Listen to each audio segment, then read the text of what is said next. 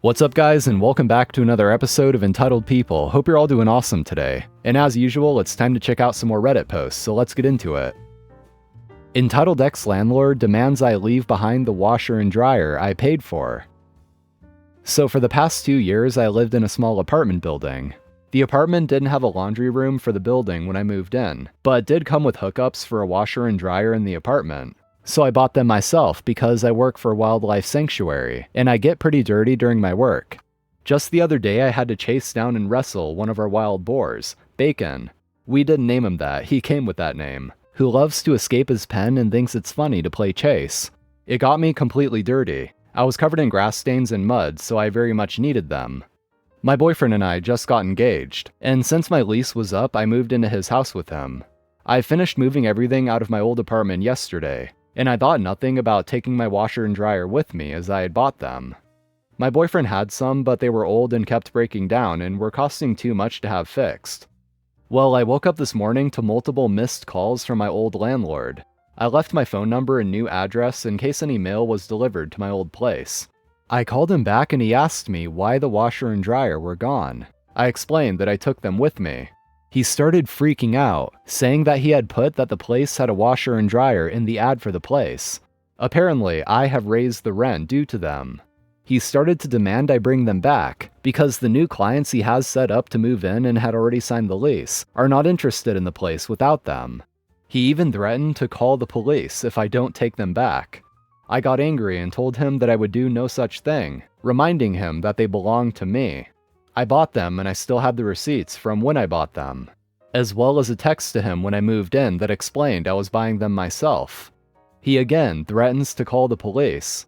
I told him to do it and see what happened, and hung up at that point. Personally, I don't think I'm in the wrong. I bought them and they weren't cheap, so I feel I have the right to take them.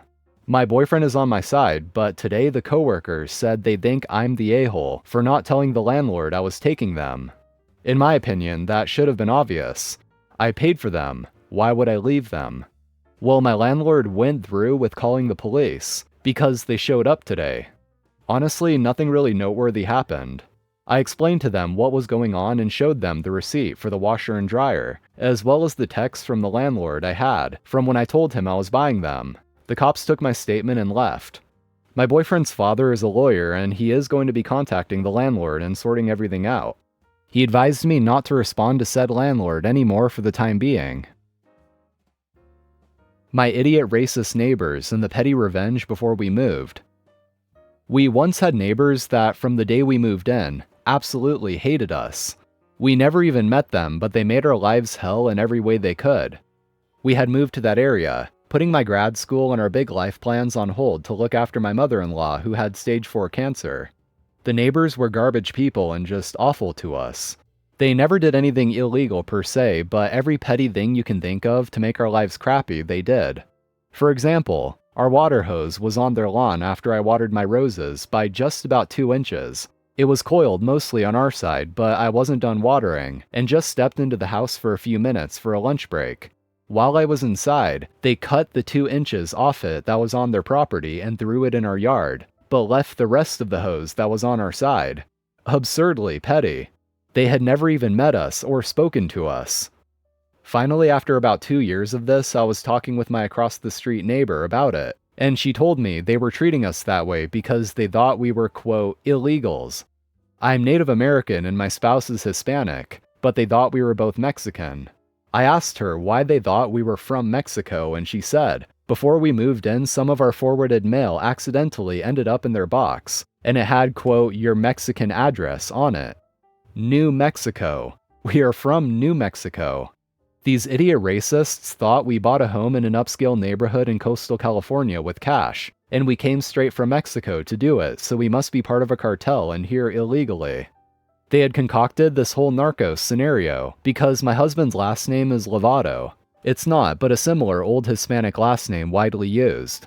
We are darker than they deemed appropriate. We bought our house with cash. We had sold our starter house we put years of backbreaking work into renovating, and made a killing on it. And they didn't know New Mexico is an effing US state. It was all so absurd. Don't worry, the story has a happy ending.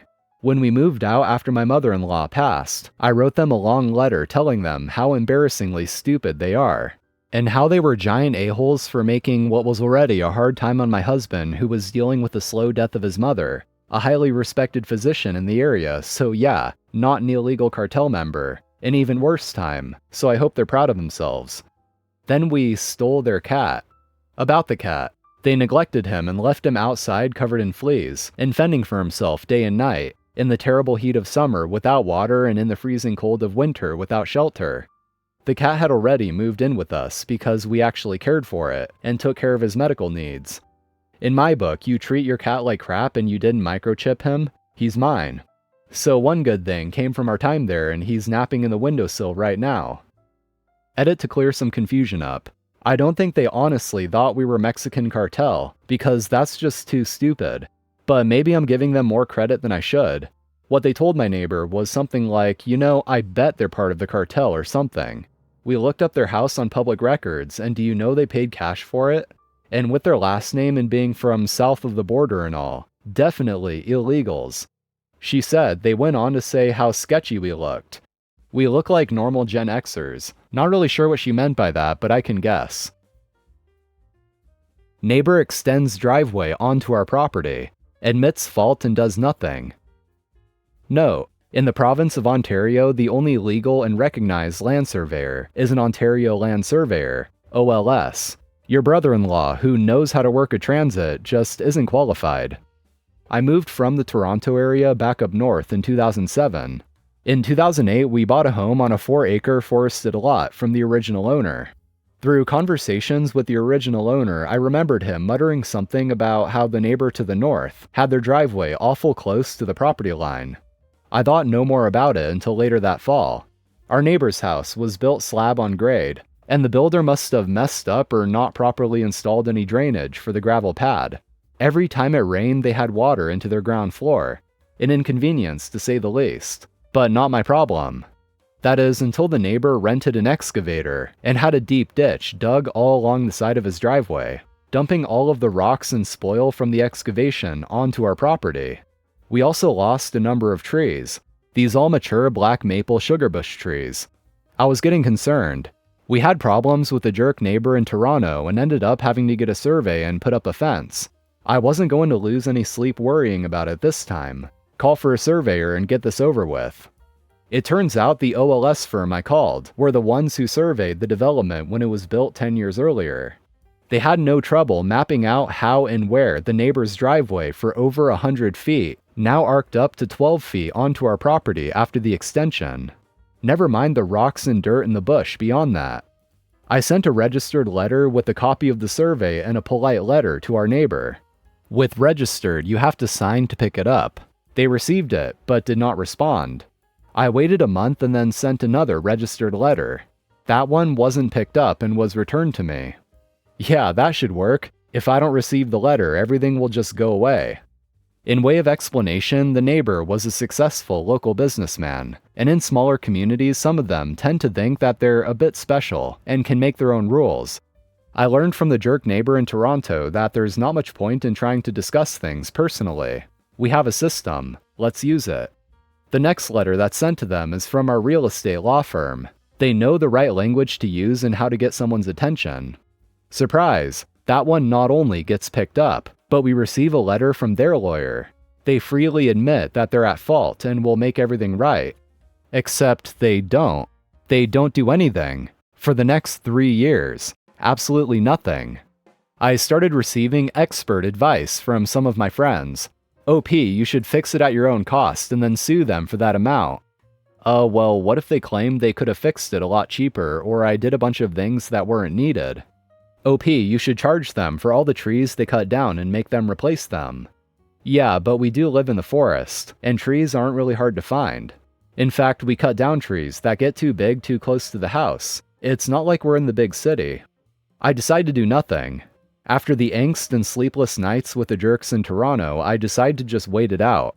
After all, they've admitted fault through their lawyer. It's not like they can wiggle out of that one or change their minds. I learned that the neighbor's wife hates living in the forest and would much rather have a schmancy house in town. And with the water problem that has never been resolved, it just isn't as much fun as they had thought it would be.